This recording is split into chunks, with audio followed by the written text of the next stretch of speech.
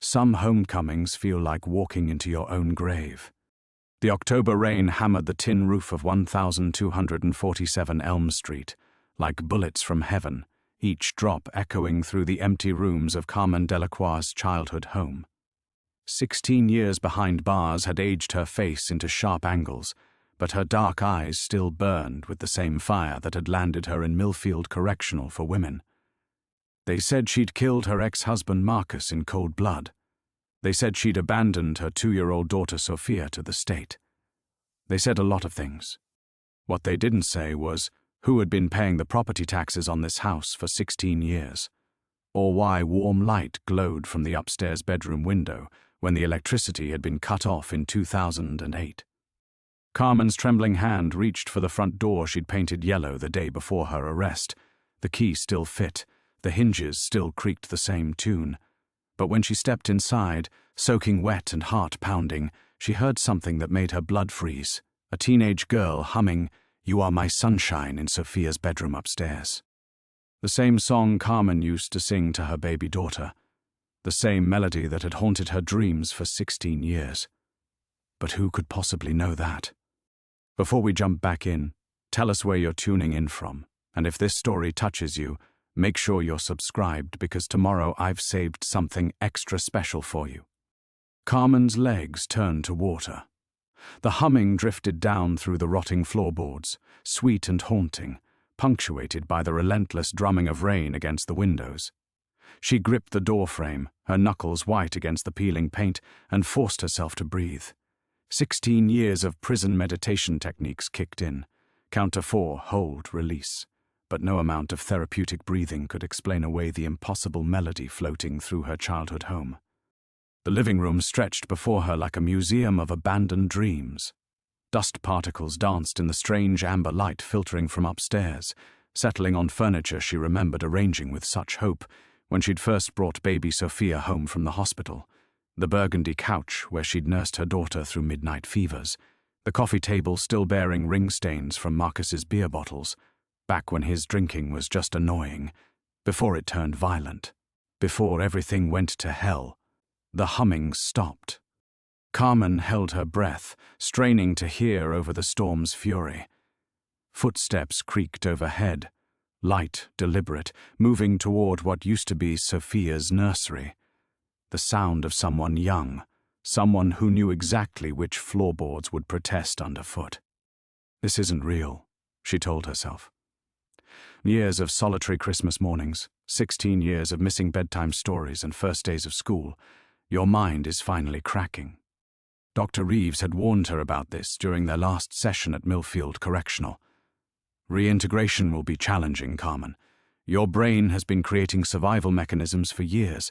Sometimes those mechanisms manifest as auditory or visual hallucinations, especially in emotionally significant locations.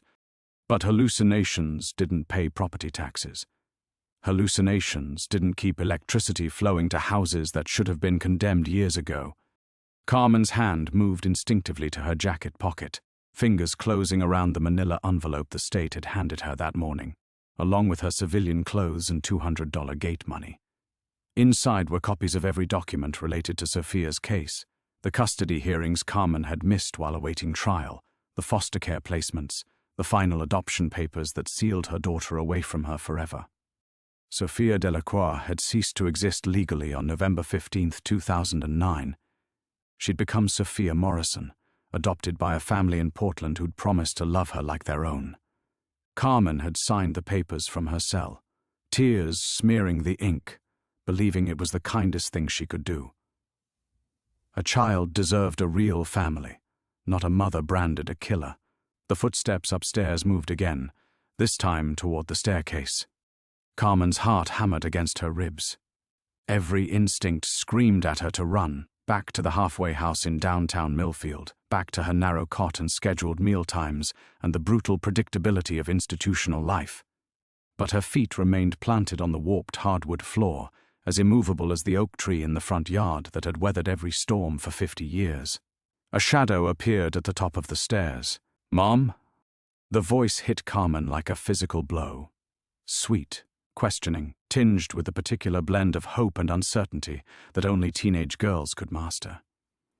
It was Sophia's voice, or what Sophia's voice might have become if Carmen had been there to hear it change from childish babble to adolescent music. "Mom, is that you?" Bare feet descended the stairs, pale and careful. Carmen's vision blurred with tears as a girl emerged from the shadows, 15, maybe 16, with Carmen's own dark hair and Marcus's green eyes. She wore a faded purple dress that Carmen remembered buying from a thrift store years ago, back when her nursing salary stretched to cover rent and groceries and the occasional small luxury for her baby girl. The dress should have been too small for Sophia at age 2. It should have been lost to time and foster care transitions. It should have been impossible. But here stood this girl who looked exactly like Carmen had imagined her daughter might look, wearing clothes that belonged to a different lifetime, smiling with a kind of radiant joy that prison had taught Carmen to forget existed. "I knew you'd come home," the girl said, descending the last few steps. "I've been waiting for you. I kept everything exactly like you left it." Carmen opened her mouth, but no sound emerged.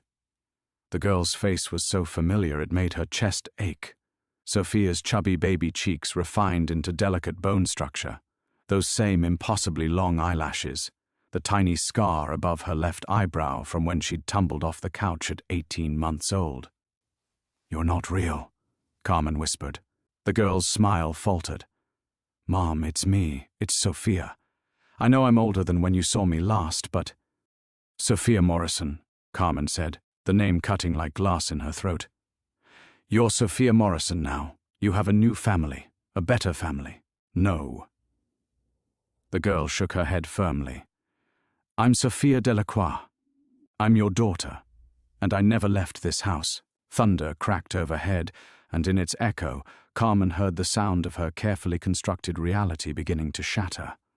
A silence stretched between them like a chasm, broken only by rain hammering the roof with increasing fury.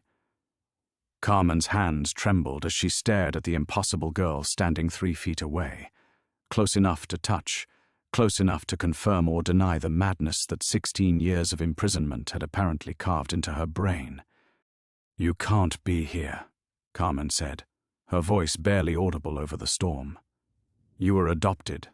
You have a real life now, a real family who tucks you in at night and helps with homework and—" "I told you I never left." Sophia, or the hallucination wearing Sophia's face, stepped closer, and Carmen caught a scent she remembered from those precious 2 years of motherhood. Johnson's baby shampoo and something indefinably sweet, like cookies and crayons and afternoon naps in sunbeams.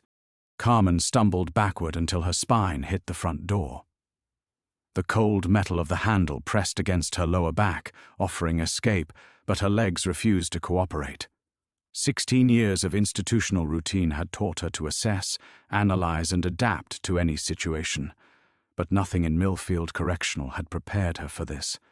"The Morrison family," Carmen pressed on, desperately clinging to facts like life preservers in a churning sea.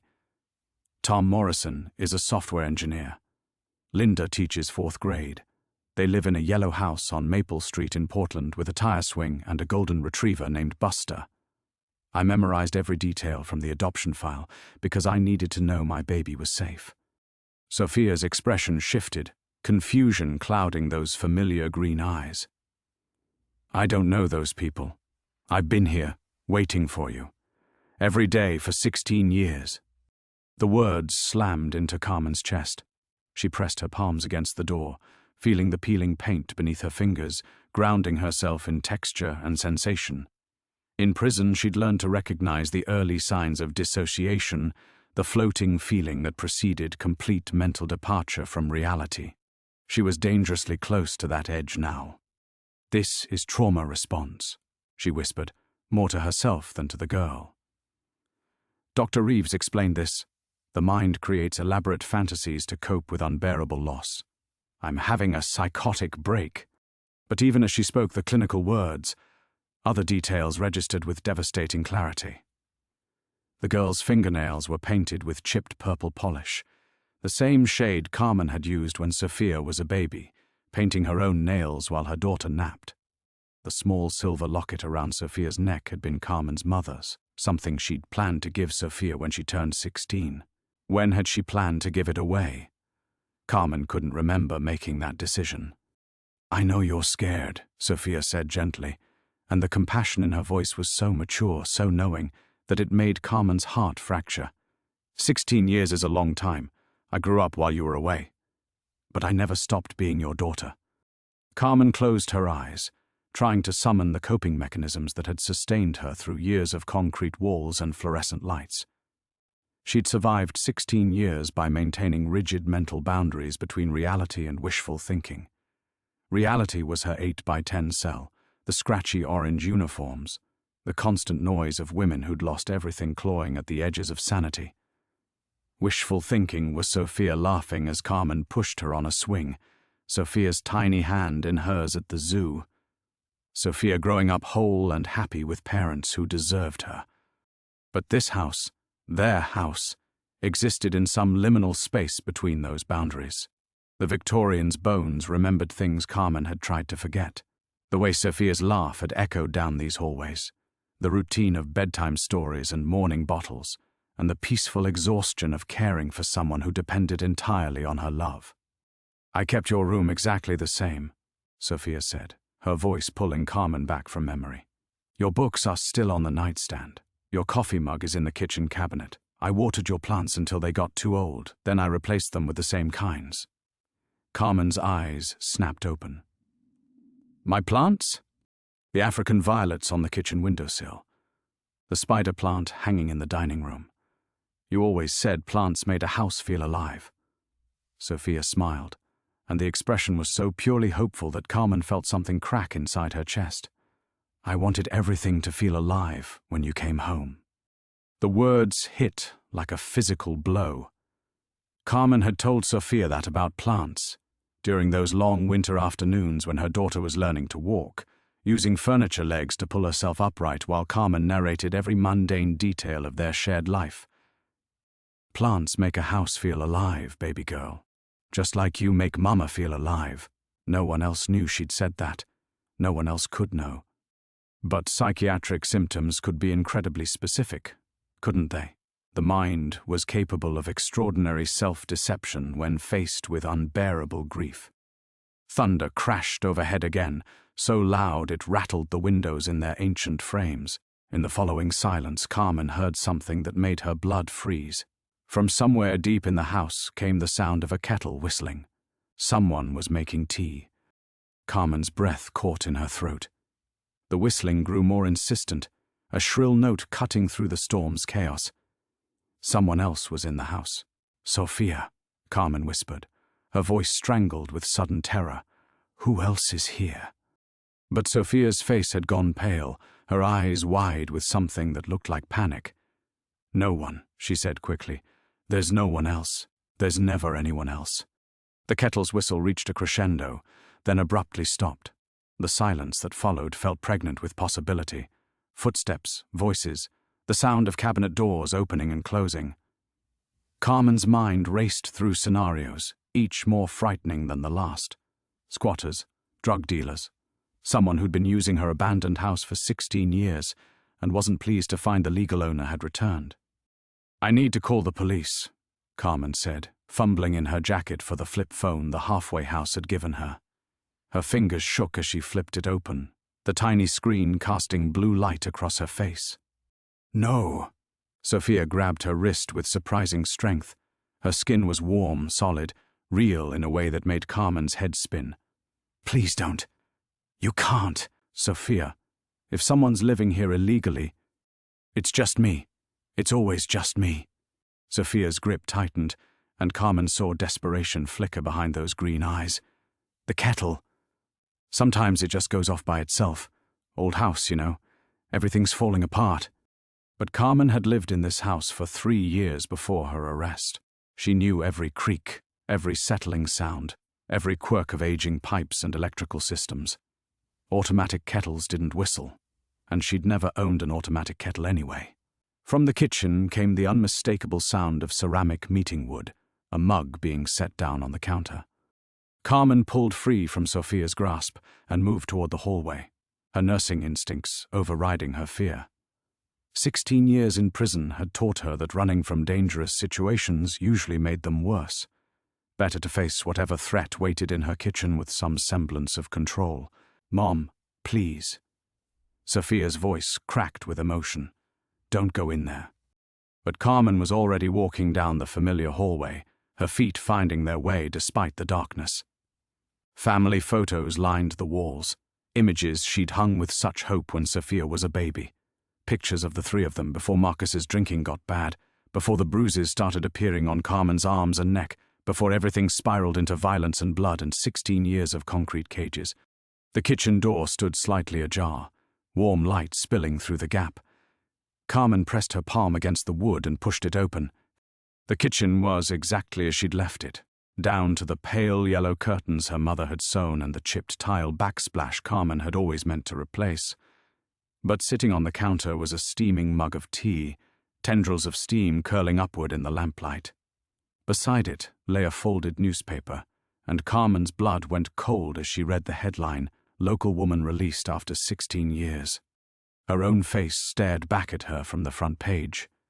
A mugshot taken the night of Marcus's death, when she'd sat in that police station interview room with his blood still under her fingernails, insisting it had been self-defense while detectives exchanged knowing looks. Someone had been following her case. Someone had been waiting for her release. "I can explain," Sophia said from behind her, but her voice sounded different now. Older, sadder. Carmen spun around, and for a moment, just a flash, she could have sworn Sophia's face looked different in the shifting light. Not the face of a 15-year-old girl, but something else. Something that made Carmen's skin crawl with recognition she couldn't quite place. "Who are you?" Carmen demanded. "What do you want?"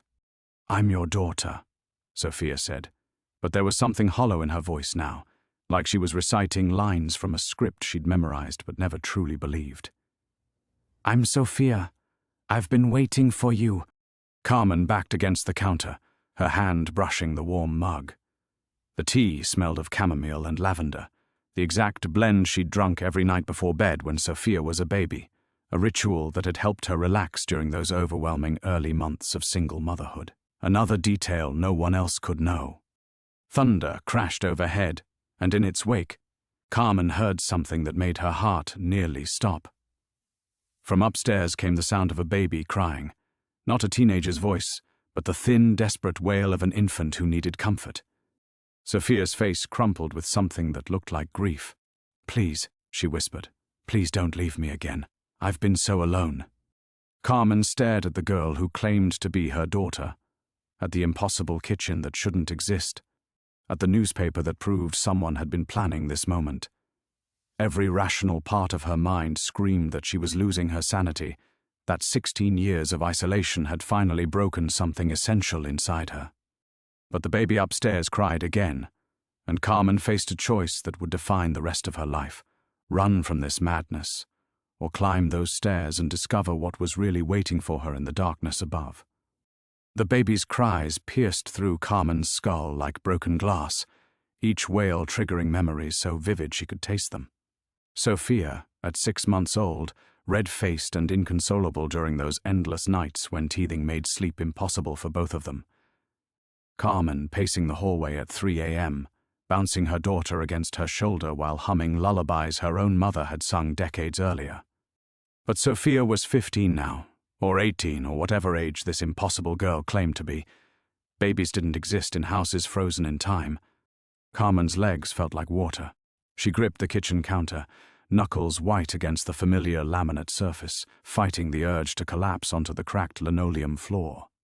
The sound upstairs continued, desperate, hungry, utterly real in a way that made her question everything she thought she knew about the boundaries between sanity and madness.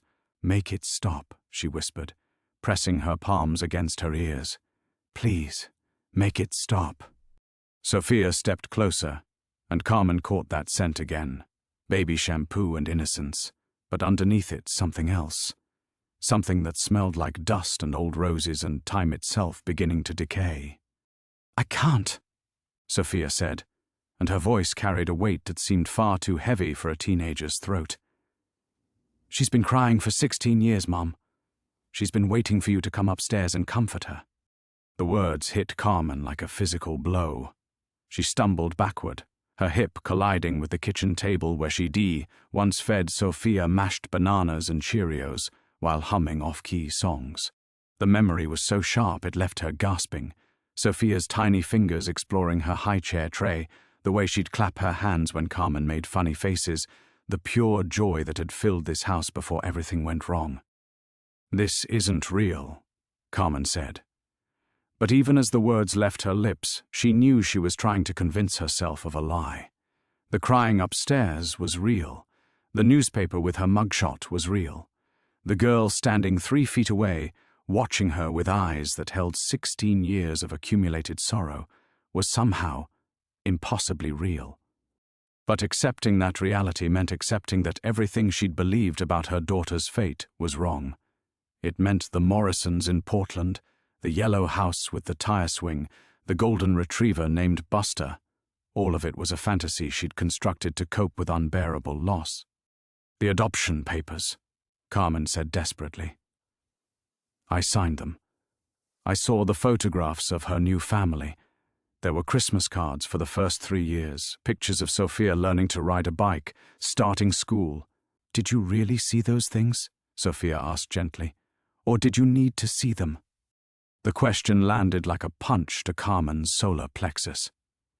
She tried to remember specifics, Sophia's face in those holiday photos, the handwriting on the cards, the details that had convinced her beyond doubt that her daughter was thriving with parents who could give her everything Carmen couldn't.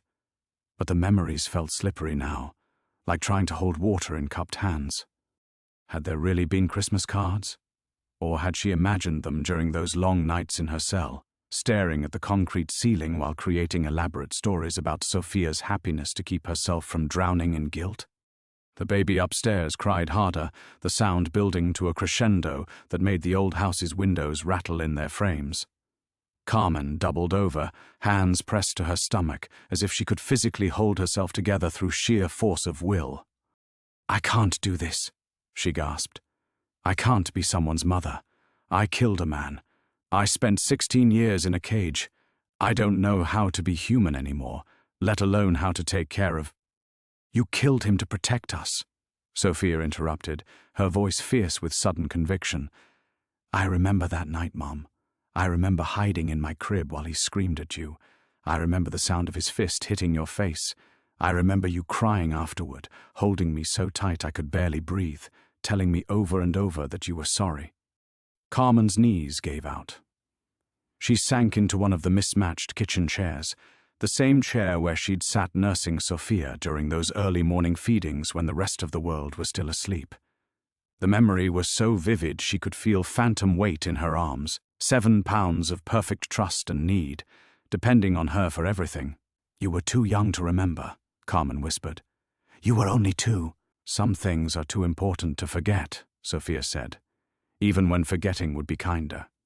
The crying upstairs reached a pitch that seemed to pierce the boundaries of the physical world. Carmen looked up at Sophia, this impossible girl who knew things she shouldn't know, who smelled like memories and spoke like wisdom beyond her years, and saw something that made her blood freeze. For just a moment, Sophia's face flickered like a candle flame in wind. Instead of a teenager, Carmen glimpsed something else entirely, a child who had never grown up, never moved on, never stopped waiting for a mother who might never climb those stairs to offer the comfort that had been interrupted 16 years ago. The flickering lasted only a heartbeat, but it shattered Carmen's last desperate grasp on rational explanation. She stared at Sophia, or whatever Sophia had become, and felt the final barriers between her old life and this impossible reality crumble like sand. "I have to go upstairs," Carmen whispered, the words emerging without conscious thought. "Don't I?" Sophia's face solidified back into teenage features, but her eyes held ancient sadness. "You don't have to do anything. You could walk away right now. Drive back to Portland, check into that halfway house, pretend none of this happened. Tell them you had a psychotic episode, take medication, build a normal life." The offer hung between them like a lifeline Carmen could still grab if she chose. She could feel the weight of her car keys in her pocket, could picture herself backing down the gravel driveway, leaving this Victorian house and its impossible occupants behind forever. In 6 months, this would feel like a vivid nightmare brought on by stress and unprocessed grief. But the baby upstairs cried again, a sound so heartbroken it seemed to tear holes in the air itself. "She needs me," Carmen said, and the simple truth of it hit her like revelation. For 16 years, she'd told herself Sophia was better off without her. The Morrisons could provide stability, education, a father figure, everything a convicted murderer never could. But if Sophia had somehow never left this house, if she'd been waiting all these years, what happens if I go upstairs? Carmen asked. Sophia's expression grew complicated, as if she were weighing words carefully before speaking. "I don't know. This has never happened before. You coming back, I mean. I wasn't sure it would ever happen." Carmen pushed herself up from the chair, her legs unsteady but determined. The kitchen felt smaller now, the familiar walls pressing inward as if the house itself were holding its breath. She looked at the steaming mug of tea, the newspaper with her mugshot, the purple polish on Sophia's fingernails that matched memories buried so deep she thought they were lost forever. "If this is madness," she said quietly, "then I choose madness over a sane world where I abandoned my daughter." Something shifted in Sophia's face, relief maybe or recognition. "You're not abandoning me. You're coming home." Carmen walked toward the kitchen door, each step feeling like she was crossing from one universe into another. The hallway stretched before her, family photos watching from their frames like silent witnesses to whatever was about to unfold. At the far end, the staircase rose into darkness, and somewhere in that darkness, a baby who shouldn't exist continued to cry. "Will you come with me?" Carmen asked without turning around. "I can't," Sophia said, and her voice sounded younger now, more fragile. "This is something you have to do alone. Like you did that night 16 years ago when you chose to protect me instead of yourself." Carmen reached the bottom of the stairs and placed her hand on the banister. The wood was warm beneath her palm, alive with decades of accumulated touch. Her own hands, her mother's hands, maybe even Sophia's hands gripping these same rails as she learned to navigate stairs that led to bedrooms where normal families slept peacefully. But they had never been a normal family. Even before Marcus, even before the violence that tore their world apart, there had been something different about this house. Carmen's mother had mentioned it once, offhandedly, how rooms seemed to hold on to memories longer than they should, how the Victorians sometimes felt more alive at night than during the day. Carmen had dismissed it as her mother's tendency toward melodrama. Now she wondered if dismissal had been her first mistake. The baby's cries grew more urgent as Carmen climbed the first step. The sound pulled at something primal in her chest, activating instincts that 16 years of imprisonment hadn't managed to kill. She was a mother, whatever else she had become, whatever she had lost or broken or forgotten, that fundamental truth remained unchanged. On the third step, she heard Sophia's voice behind her, so quiet it might have been imagination. "I love you, Mom. I never stopped loving you." Carmen paused, her throat constricting with emotion she'd kept buried for 16 years. "I love you too," she whispered to the darkness ahead. "Both of you, all of you, whatever you are." She climbed higher, leaving behind the kitchen's warm light and Sophia's impossible presence. Each step took her further from the world she understood and deeper into a reality that operated by rules she couldn't comprehend. But for the first time since her release, she wasn't running from her past or trying to rationalize her way into an acceptable future. She was walking toward the sound of her daughter's need, the way she should have walked 16 years ago before police sirens and handcuffs and courtroom proceedings taught her that love wasn't always enough to protect the people who mattered most. The crying grew louder as she reached the top of the stairs, and Carmen faced the closed door that would change everything. Carmen turned the doorknob with trembling fingers, expecting resistance that never came. The door swung open silently, revealing a nursery bathed in soft moonlight filtering through gauze curtains she'd sewn during her pregnancy. The mobile above the crib turned slowly, wooden animals her father had carved before his death, spinning in a rhythm that had once soothed Sophia to sleep. In the crib lay a baby who couldn't exist. Carmen's breath caught as she approached, her bare feet silent on the familiar rug. The infant was perhaps 6 months old, with dark hair and eyes that tracked Carmen's movement with impossible awareness. She wore a yellow onesie Carmen remembered buying, little ducks marching across the fabric, one of dozens of tiny outfits she'd collected with such hope during those 9 months of believing she could build something beautiful from the wreckage of her relationship with Marcus. "You're not real," Carmen whispered. But even as she spoke, the baby's cries intensified, tiny fists waving in distress. The sound pierced straight through her chest, activating every maternal instinct 16 years of separation hadn't managed to kill. Carmen reached into the crib without conscious decision, her hands moving with muscle memory that felt both foreign and natural. The baby was warm and solid, weighing exactly what Sophia had weighed at 6 months. Carmen remembered because she'd tracked every ounce during those early days when failure to thrive had been her greatest fear. The moment her daughter settled against her chest, the crying stopped. Perfect silence filled the nursery, broken only by Carmen's ragged breathing and the soft whistle of wind through the Victorians' aging windows. The baby's weight felt like coming home and losing her mind simultaneously. "This isn't possible," Carmen said to the empty room. But the baby made a contented sound and nestled closer, tiny fingers grasping at Carmen's shirt, with the desperate grip of someone who had been waiting 16 years to be held. Footsteps creaked on the stairs behind her. Carmen turned to find Sophia standing in the doorway, but something was different now. The teenager looked more substantial, less like a flickering memory and more like flesh and blood. Her green eyes held a mixture of relief and apprehension. "You picked her up," Sophia said, wonder threading through her voice. She was crying. Carmen swayed gently, the motion automatic despite the surreal circumstances.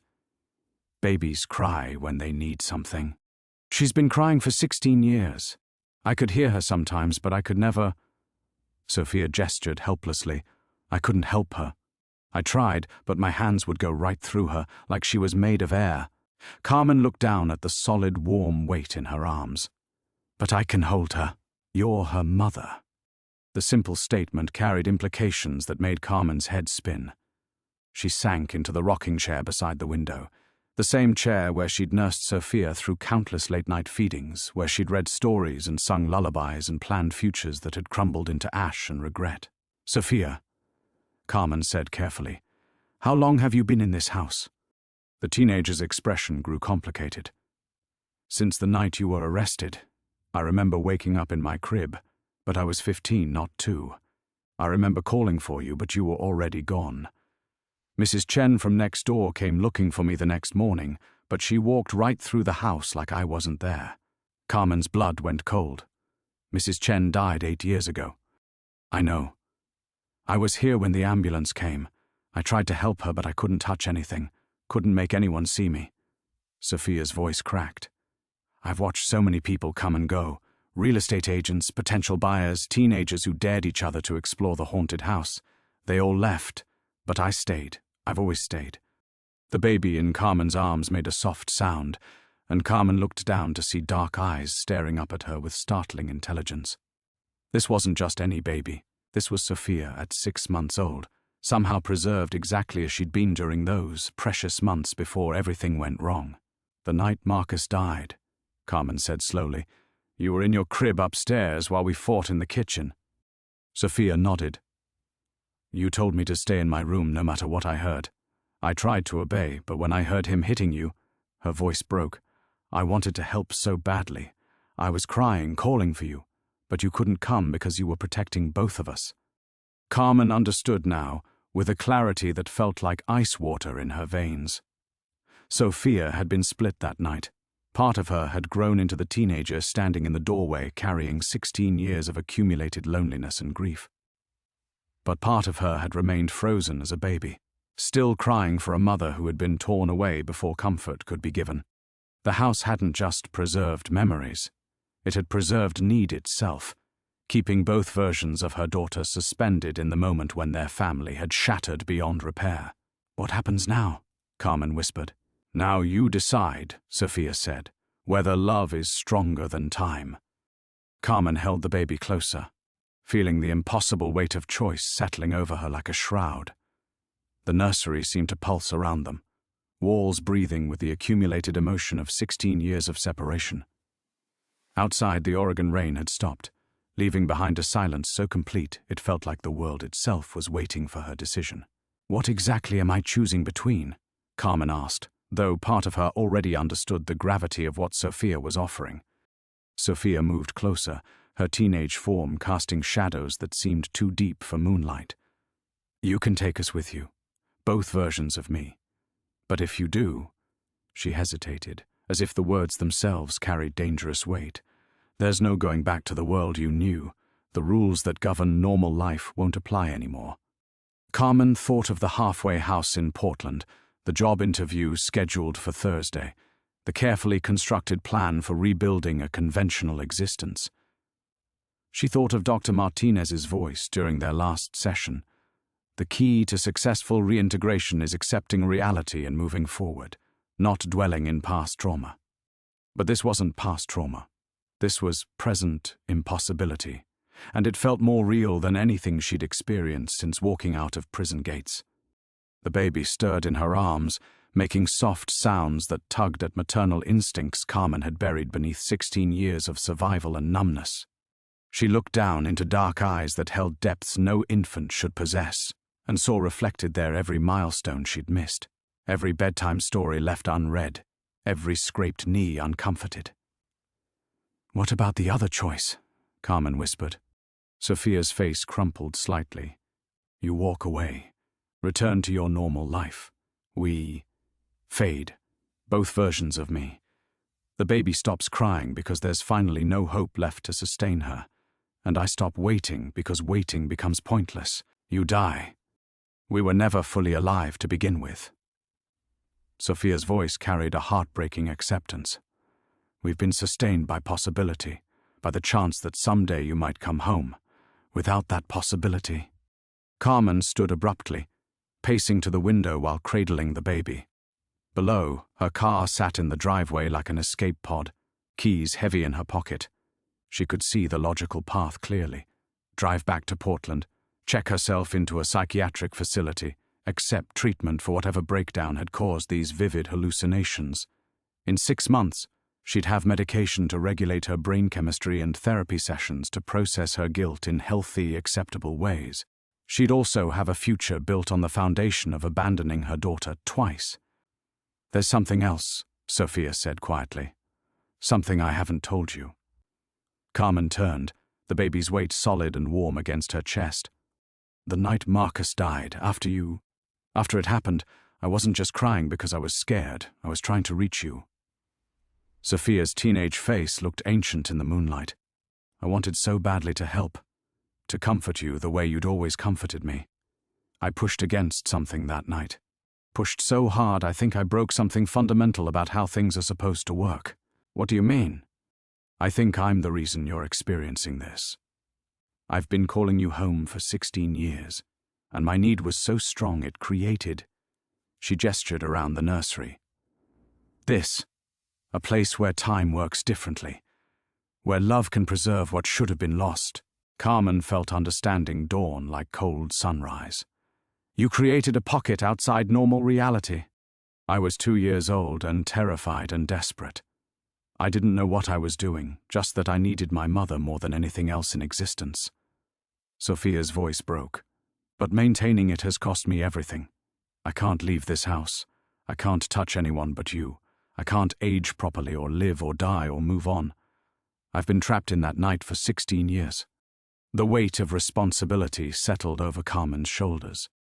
Her daughter hadn't just been abandoned, she'd been imprisoned by her own love, holding open a door between worlds in case her mother ever chose to walk through it. "If I stay," Carmen said slowly, "if I choose this impossible life with you both, what happens to who I was before? To Carmen Delacroix, ex-convict trying to rebuild her life?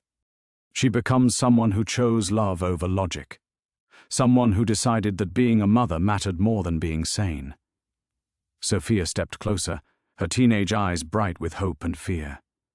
"But you have to understand, this isn't just about choosing us. It's about choosing to live in a world where impossible things happen, where reality bends around need and love and desperation. Carmen looked down at the baby in her arms, then back at the teenager who'd sacrificed everything to keep their family's possibility alive. Outside, dawn was beginning to touch the horizon, and she could feel the approaching moment when she'd have to decide who she wanted to be. The baby reached up with tiny fingers and touched Carmen's face, and the gesture contained 16 years of accumulated longing. The baby's touch sent a jolt through Carmen that had nothing to do with surprise and everything to do with recognition. This tiny hand had touched her face before, in memories so buried she'd convinced herself they were dreams.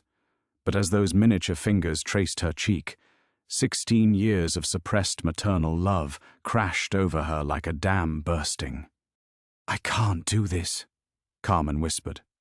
But even as she spoke, she was memorizing the weight of her daughter in her arms, the sweet scent of baby skin that somehow still carried traces of the lavender soap she'd used during those early months. It's impossible. People don't just step outside reality because... The house shuddered around them. Not an earthquake tremor, but something deeper, as if the Victorian itself was struggling to maintain whatever impossible physics had sustained this moment. The nursery walls flickered, solid 1 second and translucent the next, revealing glimpses of decay beneath the preserved perfection. Carmen could see rotting wallpaper, broken floorboards, 16 years of neglect bleeding through Sophia's carefully maintained illusion. "It's falling apart," Sophia said, her teenage form becoming less substantial.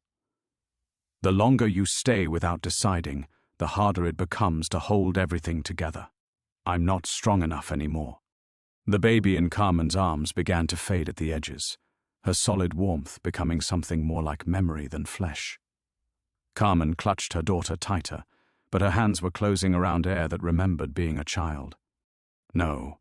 The word tore from Carmen's throat with primal force. "I won't lose you again." The moment she spoke those words, truly meant them, reality shifted with an audible crack. The nursery solidified around them, walls snapping back into focus with such intensity that Carmen gasped. The baby became fully solid again, real and present and warm, while Sophia's teenage form gained color and substance. But Carmen felt something fundamental change inside her chest, as if invisible chains she hadn't known she carried had suddenly snapped. The careful walls she'd built around her heart during 16 years of survival crumbled, and the love she'd suppressed came flooding back with devastating force. "You chose us," Sophia breathed, wonder and relief mixing in her voice. "I chose you." Carmen's voice broke on the words. "Both of you, all of you. I choose being your mother over being sane." The house sighed around them, a sound like contentment, like something that had been holding its breath for 16 years, finally exhaling. But with that acceptance came immediate consequences Carmen hadn't anticipated. Her pocket felt lighter. She reached for her car keys and found nothing, not empty space, but the absence of ever having had keys at all. The logical part of her mind that remembered driving here, remembered the halfway house and the job interview and Dr. Martinez's careful rehabilitation plans, began to fade like morning mist. "What's happening to me?" Carmen asked, though she wasn't frightened. The erasure felt like relief, like shedding a costume that had never fit properly. "You're becoming someone who belongs in this world," Sophia explained.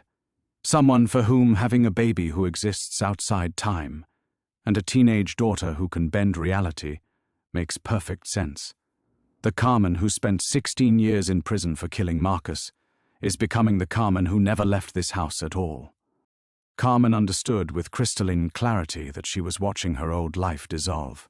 The parole officer who would be expecting her weekly check-in, the halfway house director who would mark her as missing, the job interview she would never attend, all of it fading into might-have-beens. "Will I remember?" she asked. "Everything that matters. You'll remember loving me. You'll remember protecting me. You'll remember choosing us when the choice became impossible to avoid." Sophia smiled through tears. "But the pain, the guilt, the years of believing you'd failed me, those can stay buried."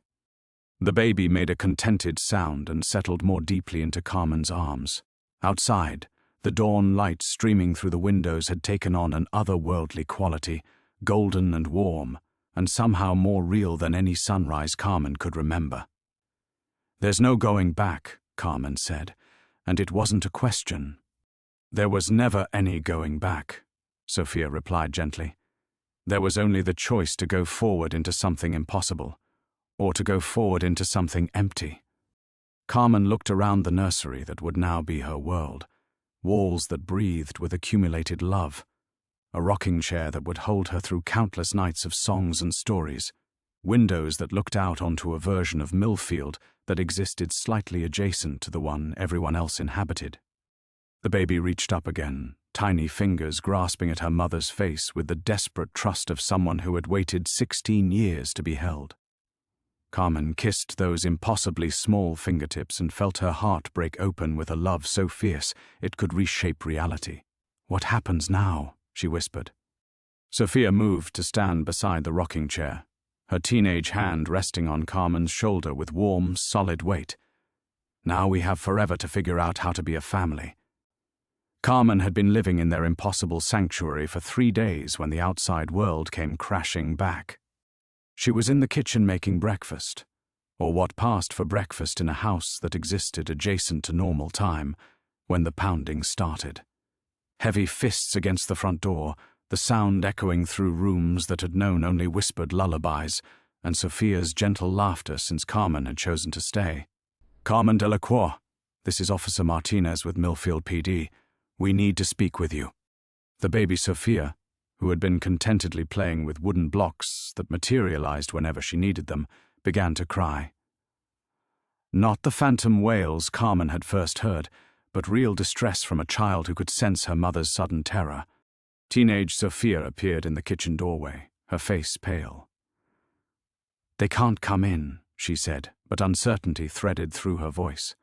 "The house won't let them. It protects us." Another voice joined the first, older, female, carrying authority that made Carmen's blood freeze.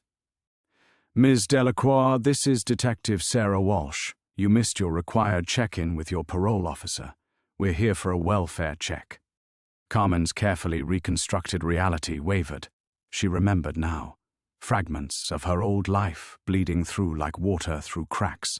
The halfway house, the weekly appointments, the conditions of her release that she'd abandoned when she chose to stay with her daughters. "They'll break down the door eventually," Carmen whispered, clutching the baby closer. "They'll take me back." "No." Sophia's voice carried desperate conviction. "You chose us. You belong here now." The house, the front door splintered. Heavy footsteps echoed through the Victorian's main hallway, accompanied by the crackle of police radios and authoritative voices discussing search procedures. Carmen watched in horror as the kitchen around them began to flicker between the warm, lived-in space she'd known for 3 days and the rotting shell of abandonment it had been before her choice.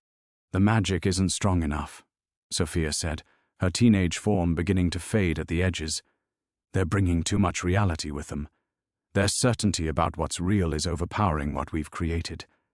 Carmen heard footsteps on the stairs, systematic and thorough. They would find the nursery. They would see her holding what looked like empty air, talking to shadows only she could perceive. They would declare her mentally incompetent and drag her back to a world where love couldn't transcend logic. "Ms. Delacroix." The voice was closer now, just outside the kitchen. "We know you're here. Your car is in the driveway." The baby in Carmen's arms became translucent, her solid warmth dissolving into memory. Sophia's teenage form was barely visible now, a suggestion of movement in the growing shadows. The house itself seemed to be retreating, pulling back from the invasion of conventional reality. "Fight it," Carmen pleaded, though she didn't know if she was speaking to Sophia or the house or the impossible love that had sustained them. "Don't let them take this away." But teenage Sophia was looking at her with eyes that held too much understanding. "Mom, what if we're wrong? What if this isn't real and they're trying to help you?" The question hit Carmen like a physical blow. In the stark light of approaching authority, their 3 days of impossible happiness took on the quality of delusion. Had she been sitting in this rotting house, talking to hallucinations, slowly starving while she believed she was living in a fairy tale? Detective Walsh appeared in the kitchen doorway, a middle-aged woman with kind eyes and a drawn weapon she kept carefully lowered. She looked directly at Carmen, then around the decaying space with its moldering cabinets and collapsed ceiling. "Jesus Christ," Walsh muttered into her radio. "We need an ambulance. Subject appears to be in severe psychological distress." Carmen looked down at her arms, expecting to see empty space where the baby had been. But Sophia was still there, faint now, barely more than wishful thinking, but present. Carmen could feel the ghost of her daughter's weight, see the suggestion of tiny fingers reaching for comfort that might never have existed. "Can you see her?" Carmen asked desperately. "Can you see my daughter?" Detective Walsh's expression softened with professional compassion. "Carmen, you're alone in this house. You've been missing for 3 days. Your parole officer is concerned, and frankly, so are we. When did you last eat? Last have water?" The practical questions pierced through Carmen's constructed reality like bullets through paper. She couldn't remember eating, couldn't remember feeling hungry or thirsty or tired. Had she been sustained by impossible love, or had she simply been slowly dying while her mind protected her from the horror of her final solitude? Sophia's teenage form was almost gone now, just a whisper of movement in the corner of Carmen's vision. "I love you, Mom," came the fading voice. "But maybe they're right. Maybe it's time to let go." Carmen felt her heart shatter as her daughter, both versions of her daughter, dissolved into the morning light, leaving her alone with the ruins of everything she'd thought she'd reclaimed. The silence that followed Sophia's disappearance was deafening. Carmen sat in the rotting kitchen, arms still curved around empty air, staring at the space where her daughter's face had been moments before. Detective Walsh holstered her weapon and approached slowly, the way one might approach a wounded animal. "Carmen, I need you to listen to me very carefully," Walsh said, her voice gentle but firm. "You've been missing for 3 days. Your parole officer filed a report when you didn't show up for your scheduled check-in. We found your car in the driveway, but the house appeared empty." Carmen's throat felt raw, though she couldn't remember screaming. She was here. They were both here. My daughters, Sophia as a baby, Sophia as a teenager. We had breakfast together. Her voice cracked. "We were a family." Detective Walsh crouched down beside her, careful not to touch. "Carmen, I reviewed your case file before coming here. Your daughter Sophia died the same night your ex-husband Marcus was killed. She was found in her crib the next morning. The coroner ruled it sudden infant death syndrome, likely triggered by the trauma and stress of that night." The words hit Carmen like physical blows, each one shattering another piece of the reality she'd constructed. "No, that's not. She grew up. She's been waiting for me. She's 15 now. She can bend reality with her love. She's been dead for 16 years. Carmen felt something fundamental break inside her chest. Not her heart. That had broken long ago. Something deeper. The last thread connecting her to the impossible hope that had sustained her through prison, through the trial, through the endless nights of believing she'd failed, but that her daughter was still out there somewhere, still needing her. "I killed them both," she whispered, the truth settling over her like ice water. "I didn't just kill Marcus that night. My violence, my choice to fight back, it killed my baby too." Detective Walsh's expression shifted from professional concern to something raw. "Carmen, the medical examiner was very clear. Your daughter's death was not caused by the events of that night. SIDS has no known cause. It just happens. You couldn't have prevented it." But Carmen was remembering now. Not the impossible 3 days of motherhood she'd imagined, but the real morning after Marcus's death, walking into the nursery to get Sophia, to hold her daughter while they waited for the police to arrive, and finding her still and cold in her crib. The paramedics who couldn't revive her. The detective who'd asked if the baby had been injured during the struggle, if Marcus had hurt her before Carmen had stabbed him. The crushing realization that she'd fought so hard to protect her daughter, only to lose her anyway. "I've been talking to a dead child for 3 days, Carmen said, her voice hollow. "I've been holding a ghost, singing lullabies to empty air. The human mind has extraordinary ways of protecting itself from unbearable pain, Detective Walsh said quietly. You've spent 16 years believing your daughter was out there waiting for you, coming back to the place where you lost everything. It makes sense that your psyche would create a way to finally have what you've been longing for. Carmen looked around the decaying kitchen with clear eyes for the first time. The moldering cabinets she'd seen as warm wood. The collapsed ceiling she'd perceived as a cozy, low-beamed space. The broken windows that had seemed to let in magical light. She'd been sitting in ruins, sustaining herself on delusion and dying slowly while her mind painted beautiful lies over unbearable reality. She felt so real, Carmen whispered. The weight of her in my arms. Her voice when she said she loved me. Love is real, Detective Walsh said. Your love for her, her love for you. That doesn't die just because she did. But Carmen, you can't live in that love. You have to find a way to carry it forward into life. The irony wasn't lost on Carmen. She'd spent 16 years in prison dreaming of coming home to her daughter, only to discover that home was a grave and her daughter was a ghost her own mind had created to avoid accepting the unacceptable. What happens now? Carmen asked, echoing the question she'd posed to Sophia 3 days ago. But this time there would be no magical answer about forever and family. Detective Walsh stood slowly. Now you get help. Real help. Medical attention, psychological support, proper grief counseling. You mourn your daughter properly, instead of pretending she never died. Carmen felt herself nodding, though the motion seemed disconnected from her conscious will. Around them, the house creaked and settled, no longer sustained by impossible love, but simply yielding to 16 years of neglect.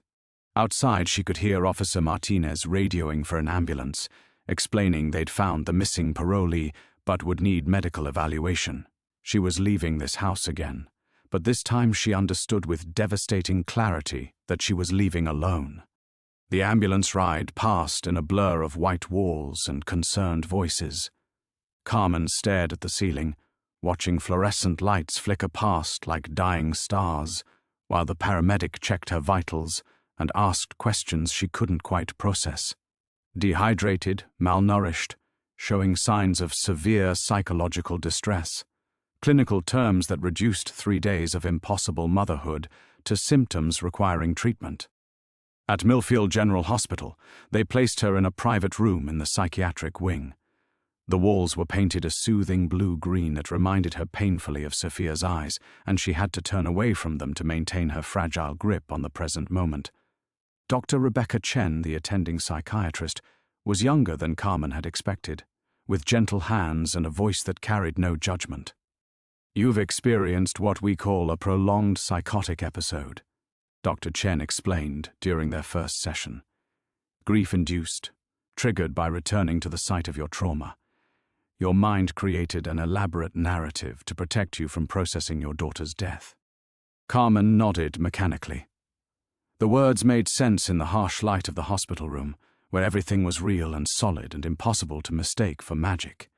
How long was I really alone in that house? Based on the physical evidence, we believe you were there for approximately 60 hours without food or water. You were talking to yourself. We found your voice hoarse from conversation, singing. You'd moved furniture around in patterns that suggested you were caring for an infant. The shame of it settled over Carmen like a heavy blanket. She'd been a nurse once, trained to recognize mental health crises in others. How had she not seen her own descent into delusion? It felt so real, she said quietly. More real than anything I've experienced since the night Marcus died. I could feel her weight, smell her baby scent.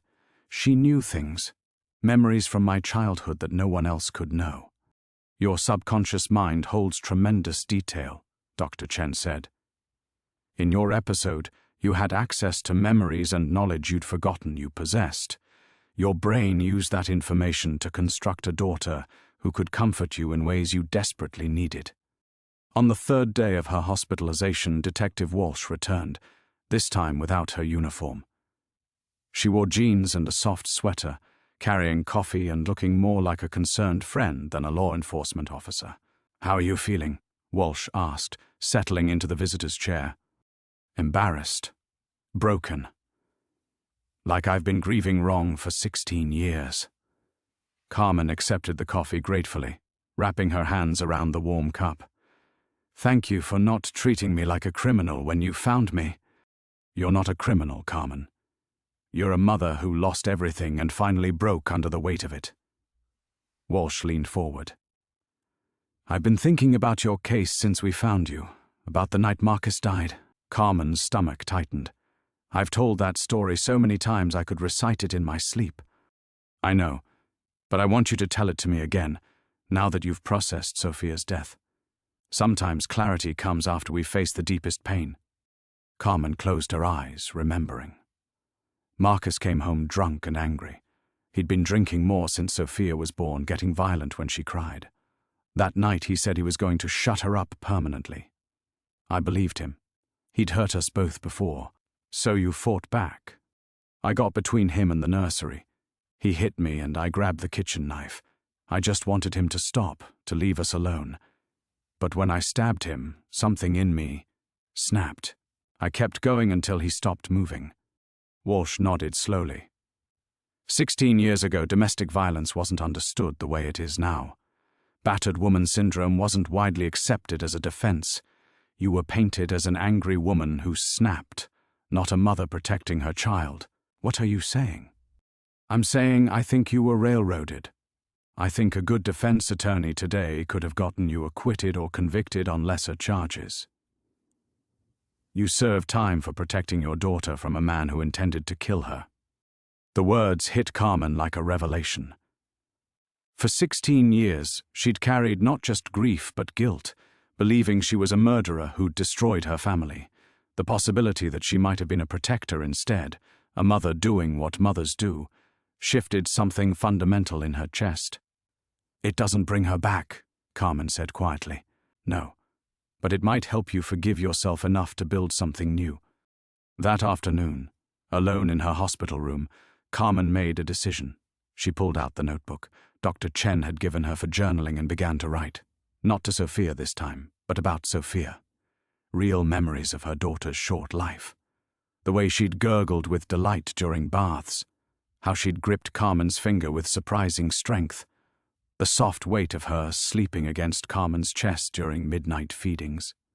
For the first time in 16 years, Carmen mourned her daughter properly. Not as a fantasy who might return, but as a real child who had lived and been loved and was gone. The pain was devastating, but it was clean pain, honest pain. Pain that could heal. The healing began slowly, like dawn breaking through fog. Carmen spent another week in the hospital, working with Dr. Chen to separate memory from delusion, grief from psychosis. Each session peeled away another layer of the beautiful lie she'd constructed, revealing the raw wound beneath. But for the first time, she didn't flinch from the pain.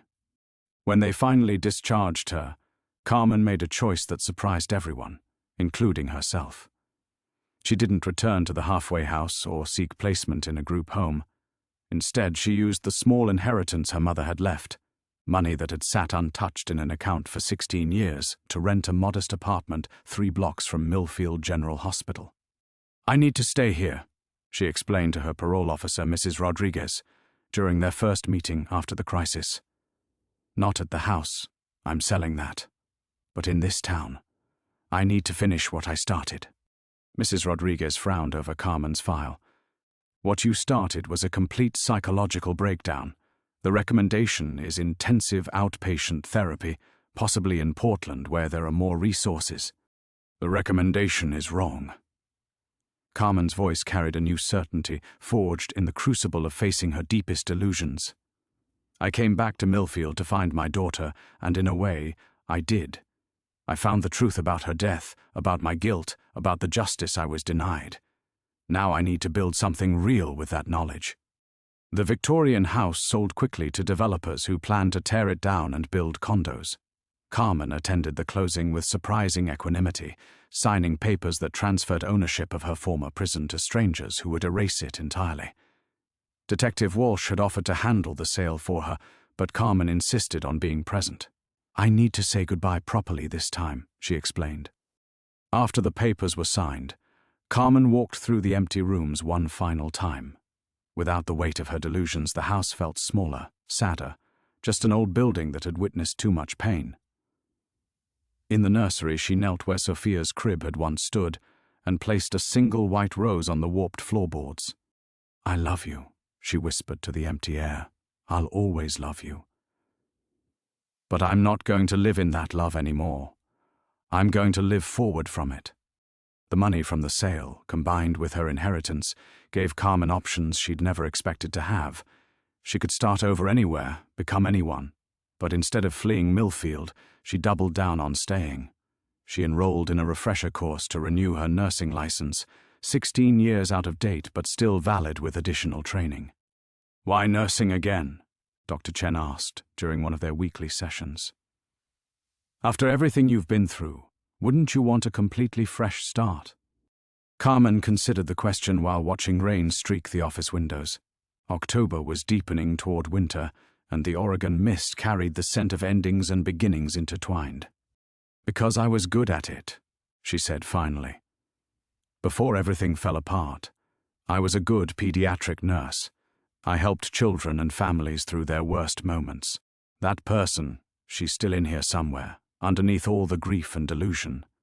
I want to find her again. The coursework was demanding, requiring her to learn 16 years of medical advances while unlearning 16 years of institutional thinking. But Carmen discovered that her mind, freed from the weight of impossible hope, was sharper than it had been in decades. She absorbed new information hungrily, grateful for concrete knowledge to replace the shifting uncertainties of delusion. 3 months after her breakdown, Carmen received an unexpected visitor. Officer Martinez appeared at her apartment door on a gray December evening, looking uncomfortable but determined. I wanted to apologize, he said when she let him in, for how I spoke to you that day we found you. I was scared. I've never seen someone so deep in what you were experiencing. I handled it badly. Carmen poured him coffee and settled across from him at her small kitchen table. You were doing your job. And honestly, if you'd been gentler, I might have retreated deeper into the fantasy. Sometimes reality requires force to break through. Martinez relaxed slightly. Detective Walsh said you're doing well, back in school, planning to work again. Planning to live again, Carmen corrected. There's a difference. As winter deepened into January, Carmen felt the first stirrings of something she'd almost forgotten, anticipation for the future. Not the desperate, fantasy-driven hope that had sustained her for 16 years, but genuine curiosity about what came next. She was scheduled to complete her nursing recertification in March, and Millfield General had already indicated interest in hiring her for their pediatric unit. Coming full circle, Dr. Chen observed during their session. Does that feel healing or triggering?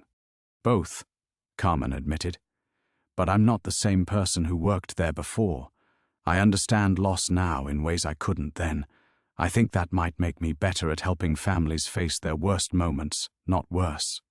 The final confrontation was coming, not with ghosts or delusions, but with the choice of who she would become now that she'd finally buried her daughter properly. The road back to life stretched ahead, uncertain but real, requiring courage she was only beginning to discover she possessed. The call came on a Tuesday morning in February, cutting through the quiet rhythm Carmen had built around her studies and therapy sessions. Dr. Chen's voice carried an urgency that made Carmen's coffee cup freeze halfway to her lips. There's been an incident at Millfield General, Dr. Chen said. A 3-year-old girl, severe injuries from a domestic violence situation. The family specifically requested a nurse who understood trauma. The attending physician asked if you were ready. Carmen's hands trembled as she set down the cup. This was it, the moment she'd been preparing for without realizing it. Everything she'd learned about grief, delusion, and the terrible weight of protecting children was about to be tested in the most direct way possible. I haven't finished my recertification yet, Carmen said, though her mind was already moving toward acceptance. They know. You'd be working under supervision, but Carmen, this family needs someone who's been in the dark and found their way back. The mother is barely speaking, the father's been arrested, and the little girl keeps asking for someone who understands monsters. 40 minutes later, Carmen stood outside the pediatric ICU wearing scrubs that felt both foreign and familiar. Her hands, steady now with purpose, pushed through doors she hadn't passed through in 16 years. The antiseptic smell hit her like a physical force, carrying memories of the young nurse she'd been. Idealistic, fierce, believing she could save everyone. The little girl lay impossibly small against white sheets, her name written on a chart that might as well have been a declaration of war.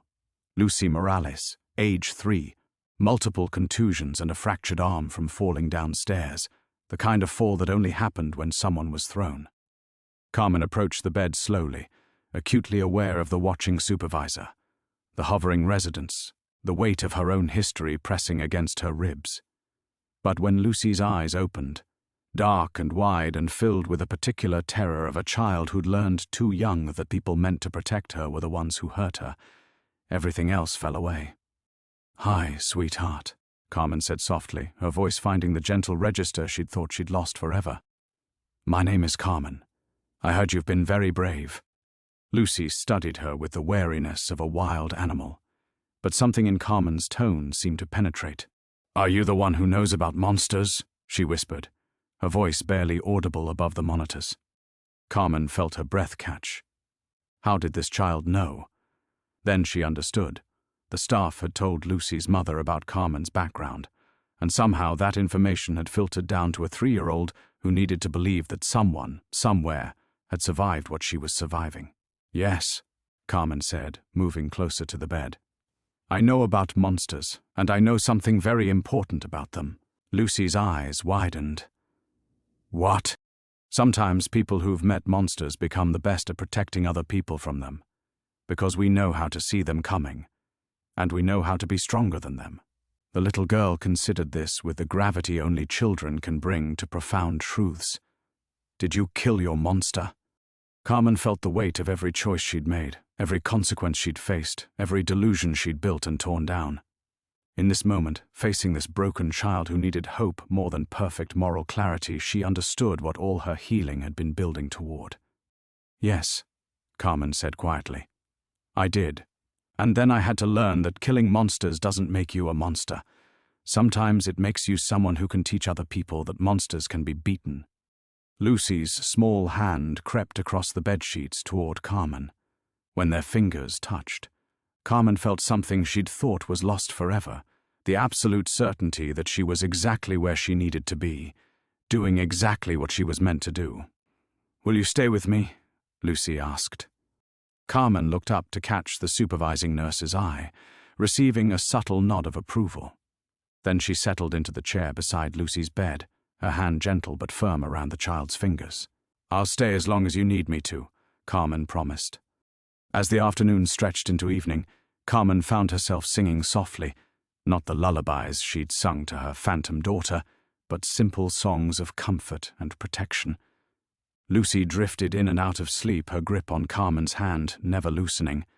Other staff members moved around them, but Carmen barely noticed. She was entirely present in this moment, this connection, this chance to be the person who stayed. This was her final test, she realized. Not to save everyone, not to bring back the dead, not to undo the past. Simply to show up, fully and honestly, for the children who needed someone to prove that survival was possible, that protection could be real, that love didn't always end in loss. When Lucy's mother finally arrived, a woman with bruises that matched her daughter's and eyes full of the same haunted determination Carmen recognized from her own mirror, Carmen knew she had found her way back to herself. The person she was meant to become had been waiting here all along. Carmen stood slowly as Lucy's mother entered the room, her body moving between the child and this new presence with an instinct that ran deeper than conscious thought. She'd spent 16 years in a world where protection was illusion, where the people who should have been safe weren't, where mothers failed and children died.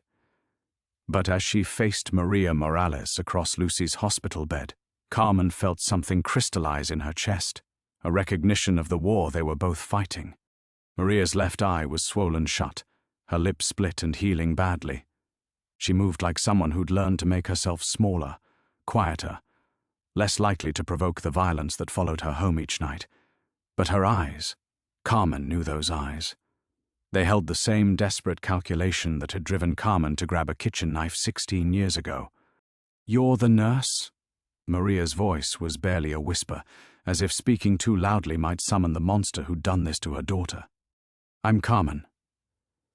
She didn't step away from Lucy's bedside, maintaining her position as protector while keeping her voice gentle. "I've been staying with Lucy while the doctors worked." Lucy stirred at the sound of her mother's voice, her small hand tightening around Carmen's fingers. "Mama?" The word carried so much hope and fear that Carmen felt her heart crack open. "I'm here, mija," Maria said, rushing to the other side of the bed. Her hands hovered over her daughter's bruises as if she were afraid touching might cause more damage. "I'm so sorry. I'm so sorry." Carmen watched the reunion with the hyper-awareness of someone who understood exactly what apologies couldn't fix. She saw Maria's wedding ring still glinting on her finger despite the obvious battering. She saw how Maria checked the doorway compulsively, expecting retaliation for leaving, for bringing Lucy to safety. Most importantly, she saw the fracture in Maria's soul, the place where maternal love met impossible choices. "Where is he?" Carmen asked quietly. Maria's head snapped up, fear flashing across her face. "The police. They arrested him, but they'll let him out. They always let him out. Not this time." Carmen's voice carried an authority that surprised even her. "This time there's medical evidence, hospital records. And this time you have people who know how to fight for you." "You don't understand," Maria said, her voice breaking. "He'll kill me. He said if I ever took Lucy away from him, he'd kill us both, and he will. He's done it before. His first wife, she tried to leave." Carmen felt something shift inside her, like tectonic plates grinding against each other before an earthquake. She recognized this moment, this choice point where fear could freeze a mother into accepting the unacceptable, or transform her into something capable of the impossible. "Maria," Carmen said, releasing Lucy's hand and moving around the bed to face the other woman directly. "Look at me." Maria's good eye met Carmen's, and in that gaze Carmen saw herself 16 years ago, terrified, desperate, backed into a corner, with everything precious threatened. "I killed my husband," Carmen said quietly, the words falling between them like stones dropped in still water. "He threatened my daughter, and I killed him. I went to prison for 16 years, lost everything I thought mattered, and I would do it again." The machines around Lucy's bed continued their electronic symphony, marking heartbeats and breaths and the steady persistence of life in the face of violence. Maria stared at Carmen with an expression caught between horror and hope. "You can't be telling me to—" "I'm not telling you anything," Carmen interrupted. "I'm telling you that some choices remake us completely, and sometimes that remaking is the only way forward." Maria's hands were shaking now, her wedding ring catching the harsh fluorescent light. "But Lucy needs her mother. If something happens to me—" "Lucy needs a mother who chooses her safety over everything else," Carmen said, thinking of Sophia, of the moment she'd stepped between her child and certain death. "She needs to know that when monsters come for her, the people who love her will fight back, even if it costs everything." Through the window, Carmen could see the February darkness settling over Millfield like a familiar shroud.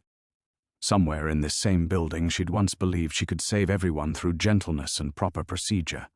That young nurse had learned the terrible truth that some situations required violence to end violence, that protection sometimes demanded destruction. "What happened to your daughter?"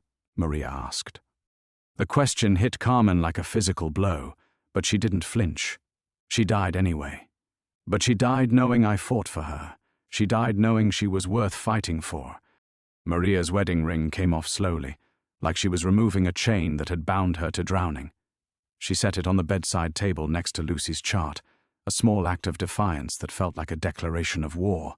"What do I do now?" Maria whispered. Carmen smiled, feeling the fierce protectiveness that had defined her settling into its rightful place. "Now we make sure he can never hurt her again. whatever it takes. The plan took shape over the next hour, whispered in fragments between the steady beeping of Lucy's monitors and the soft shuffle of nurses changing shifts. Carmen found herself speaking in the voice she'd learned in prison, direct, unflinching, stripped of the naivety that had once made her believe the system would protect those who needed protecting. "The restraining order is paper," Carmen said, pulling her chair closer to Maria's. "He's violated 3 of them already. The police response time to your neighborhood is 8 minutes on a good day. He can kill you both in 30 seconds. Maria's hands twisted in her lap where her wedding ring used to be. "Then what? I can't run forever. He'll find us." Carmen felt the weight of 16 years of hard-won knowledge settling on her shoulders. She thought of the women in prison who'd tried to run, tried to hide, tried to trust that distance would save them. Most had ended up in cells next to hers, serving time for defending themselves when running failed. "You don't run," Carmen said quietly. "You eliminate the threat." The words hung between them like a blade balanced on its edge. Carmen watched Maria's face cycle through shock, fear, and something that looked almost like relief. The expression of someone finally hearing the truth they'd been afraid to think. "I can't. I'm not like you," Maria whispered.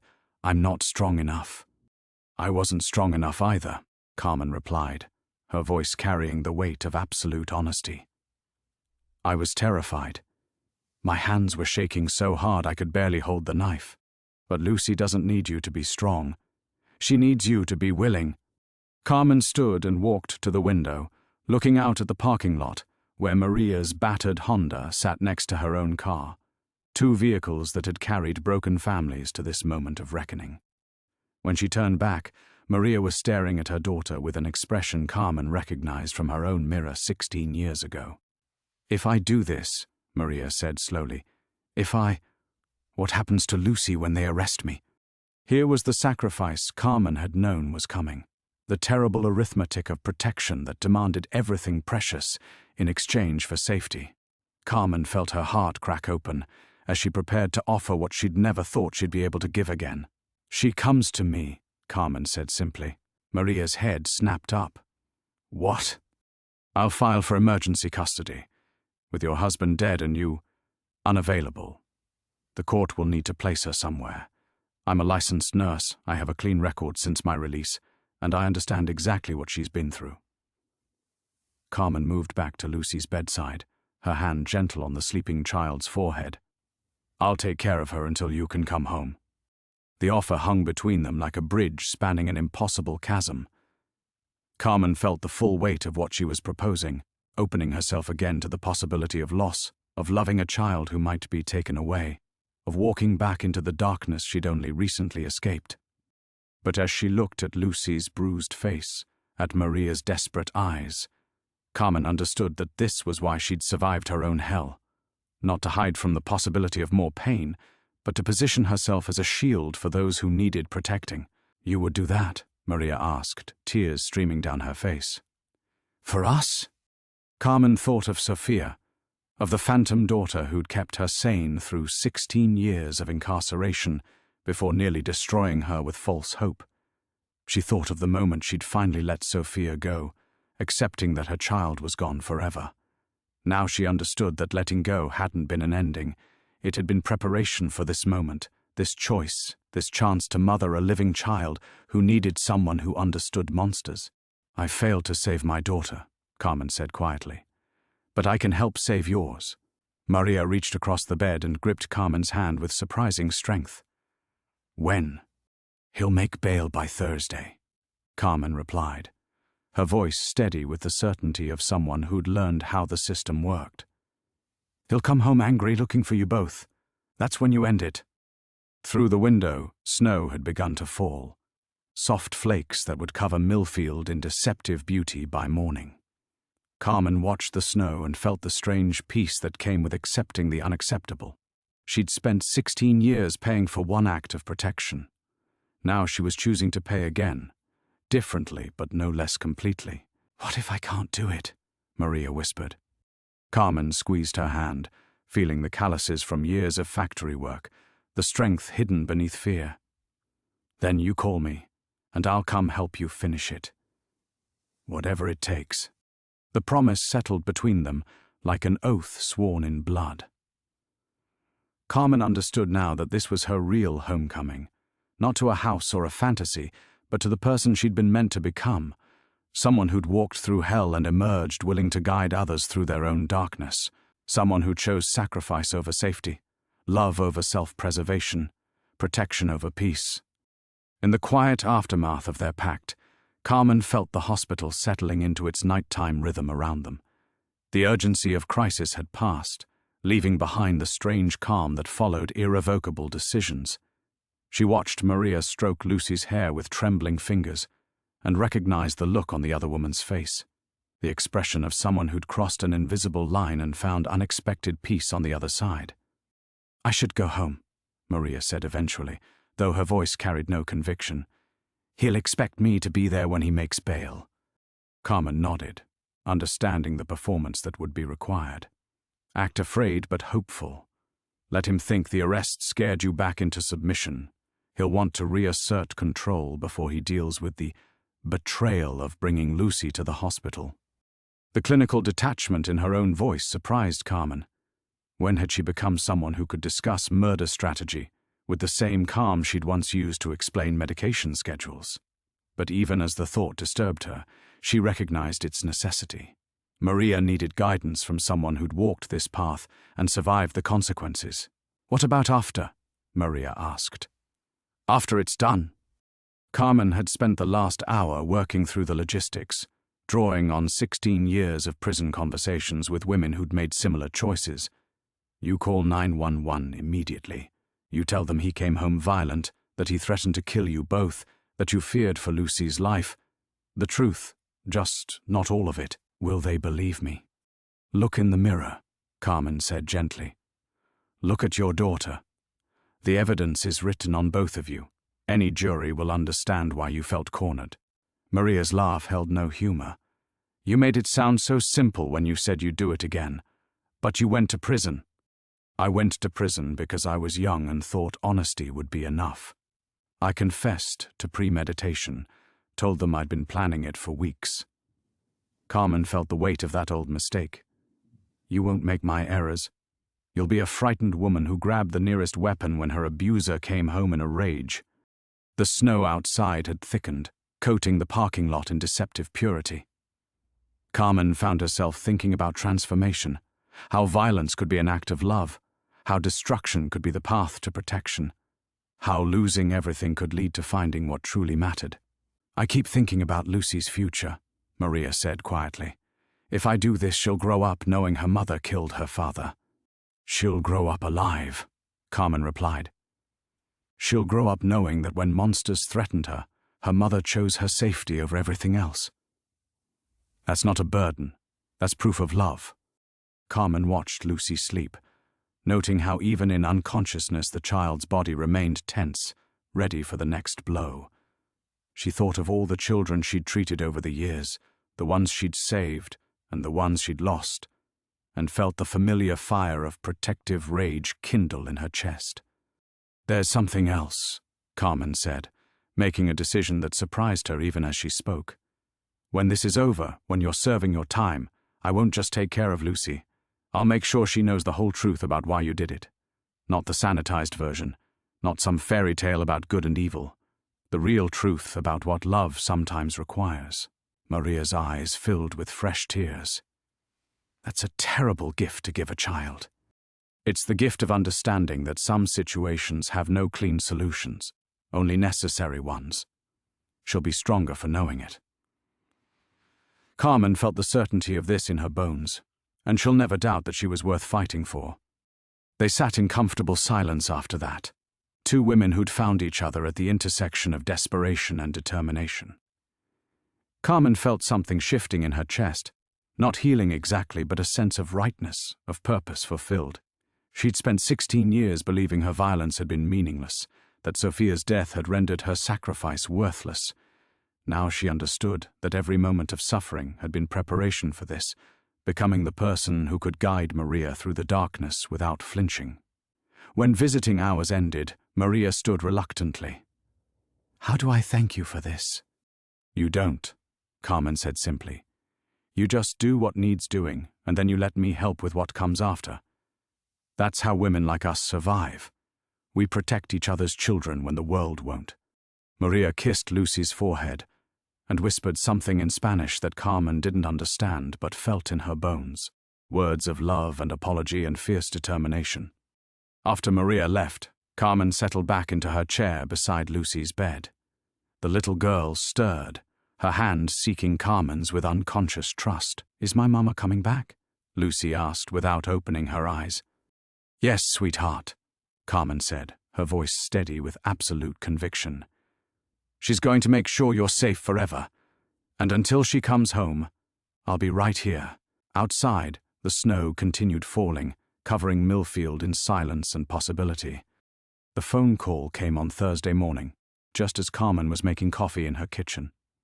She answered on the first ring, already knowing what she would hear. It's done. Maria's voice was flat, drained of everything except exhaustion. He's dead. Carmen closed her eyes, feeling the familiar weight of irrevocable actions settle over the conversation. Are you hurt?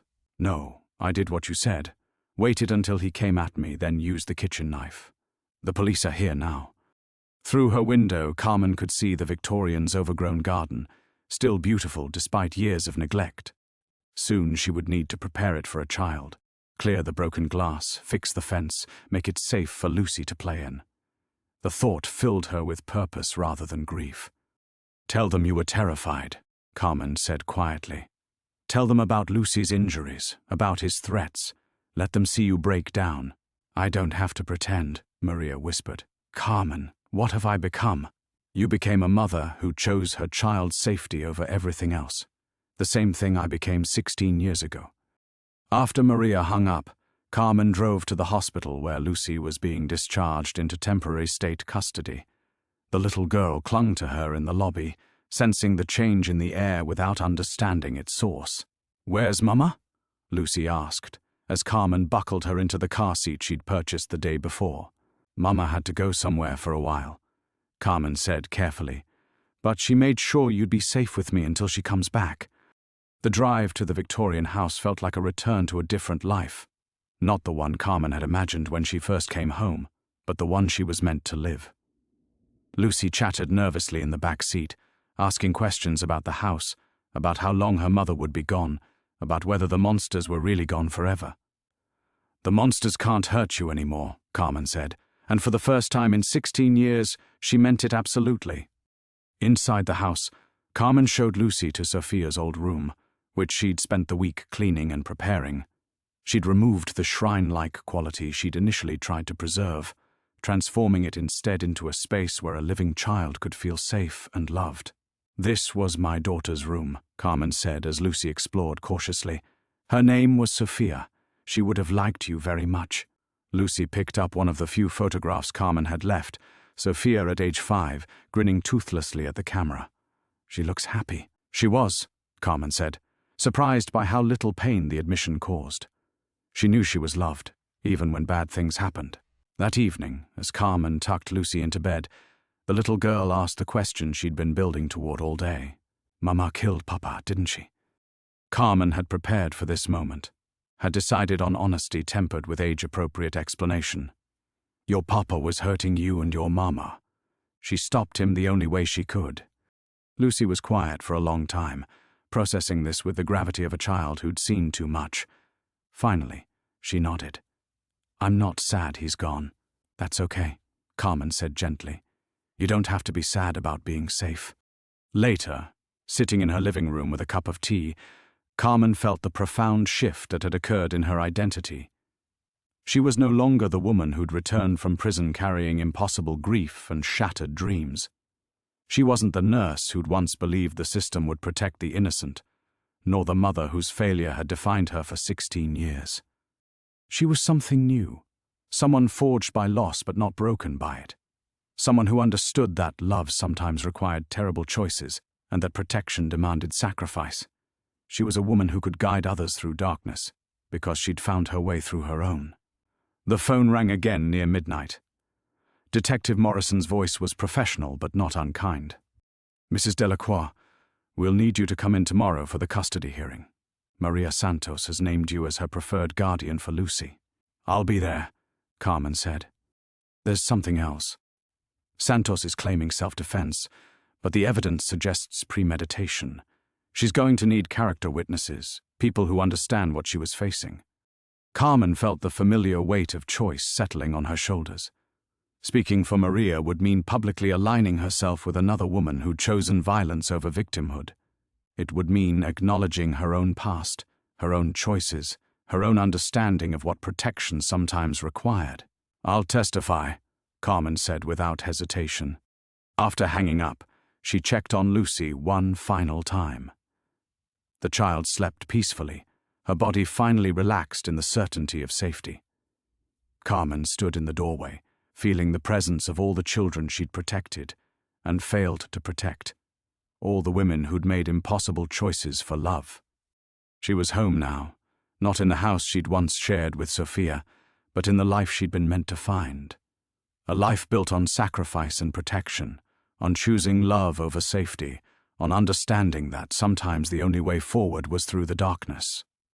Tomorrow would bring custody hearings and testimony, the long process of building a legal family from the wreckage of violence. But tonight, Carmen Delacroix was exactly who she was meant to be, a guardian standing watch over a sleeping child, keeping the monsters at bay. The new beginning. 6 months later, Carmen stood in the garden behind the Victorian house, watching Lucy chase butterflies among the newly planted flowers. The child's laughter rang clear and bright in the spring air, a sound that still caught Carmen off guard with its pure joy. Lucy had grown 2 inches since coming to live with her, and the hollow look had gradually faded from her eyes, replaced by the curious brightness that belonged to 7-year-old girls who felt safe in the world. "Carmen!" Lucy called, holding up a dandelion she'd picked. "Can we put this in Mama's letter?" Every week, they wrote to Maria together. Lucy would draw pictures of the garden, the cats that had adopted them, the books Carmen read to her each night. Carmen would add notes about Lucy's progress in school, her new friendships, the small triumphs of healing. Maria's responses came regularly from the Women's Correctional Facility 3 hours north, where she was serving a reduced sentence for voluntary manslaughter, 18 months, with possibility of parole in 12. "Of course, sweetheart," Carmen said, accepting the wilted flower with the same reverence Lucy offered it. "Mama loves getting flowers from our garden." The garden had become Carmen's meditation, the place where she worked through the complex emotions of her transformed life. She'd planted vegetables alongside the flowers, tomatoes and carrots, herbs that Lucy liked to help harvest for their simple meals. It was practical beauty, grounded in the needs of daily survival, nothing like the romantic fantasy she'd once imagined sharing with a phantom daughter. Detective Morrison had been true to his word about the custody proceedings, with Maria's blessing and the court's recognition of Carmen's stability and Lucy's obvious attachment to her. The temporary arrangement had become permanent guardianship. Carmen would maintain custody until Maria's release, at which point they would reassess what was best for Lucy. But already Carmen suspected the solution would involve all 3 of them, a family built from choice rather than blood. The testimony in Maria's defense had been one of the hardest things Carmen had ever done. Standing in that courtroom, she'd spoken about the impossible calculations of protection, about the moment when a mother realizes the only way to save her child requires sacrificing herself. She'd looked directly at the jury and acknowledged her own history, her own choices, her own understanding of what love sometimes demanded. 16 years ago, I made the same decision Maria Santos made, she'd said, her voice steady despite the trembling in her hands. I chose my child's safety over my own future. The only difference is that Maria was smarter about it than I was. She waited until she had no other choice, until the law could see what I couldn't prove, that sometimes violence is the only answer to violence. The prosecution had tried to paint both women as cold-blooded killers, but the evidence told a different story. Maria's history of injuries, Lucy's medical records, the testimony of neighbors who'd heard the fights, it all painted a picture of a woman pushed beyond endurance, protecting the one thing she loved more than her own life. Now, watching Lucy examine a ladybug with intense scientific curiosity, Carmen felt the deep satisfaction of purpose fulfilled. This wasn't the life she'd imagined when she first returned to Millfield, haunted by visions of a daughter preserved impossibly in time, but it was the life she'd been meant to find, messy and real and built on the solid foundation of daily choices to love and protect and nurture. Lucy ran over, the ladybug cupped carefully in her palms. "Look, can we put her in the letter too?" "We can draw a picture of her," Carmen suggested. "Then she can stay here in the garden where she belongs." As they walked back toward the house, Lucy slipped her small hand into Carmen's larger one, a gesture that still made Carmen's heart catch with gratitude. Through the kitchen window, she could see the photo Lucy had insisted on hanging next to the refrigerator, the three of them together on visiting day last month, Maria's arm around Lucy while Carmen stood beside them, all of them smiling despite the institutional backdrop. It wasn't a traditional family portrait, but it was theirs. Built from wreckage and choice, from understanding that love sometimes required terrible sacrifices, from the recognition that protecting children was worth any cost. The phone rang as they entered the kitchen, and Lucy raced to answer it with the excitement of someone who'd learned to associate phone calls with good news rather than fear. "Mama," Lucy's voice filled with joy, and Carmen felt her own smile spreading as she listened to her daughter, because that's what Lucy had become, in every way that mattered. Chatter about her day, her garden discoveries, her plans for their next visit. Carmen had come home expecting to reclaim a lost past. Instead, she'd found something infinitely more valuable, a present worth living for, and a future worth building, one careful choice at a time. Outside, spring was becoming summer, and in the garden, new life grew from earth that had once seemed barren.